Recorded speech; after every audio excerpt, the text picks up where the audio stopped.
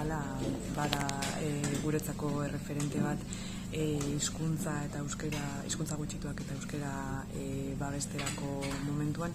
Alde batetikan aditu formazio programaren baitzan, aditu formazio programa hau da hizkuntzak bizi berritzeko formazio programa bat, nora munduko 18 komunitate linguistiko ezberdinetatik iristen dian pertsona, komunitate linguistiko hauek hizkuntza gutxitua dauke.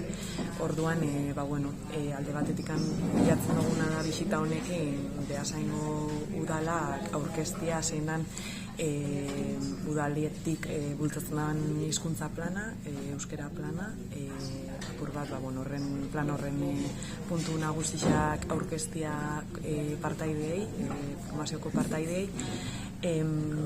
Askotan formazio honen baitzan jasotzen duten esperientzia bera baliagarria dalako euren komunitatera eramateko eta interesgarriak dian esperientzia horiek euren modura aplikatzeko. Eta bestetik, azkenean Beasaingo udalarekin ere badaukagu hitzarmen bat, eta Beasaingo udalak hizkuntza gutxituak, euskaratik haratago, hizkuntza gutxituen gaixan ere babesle oso nabarmenetakoa da guretzako garabidean, orduan garrantzitsua da guretzako gaur Beasainera iristea.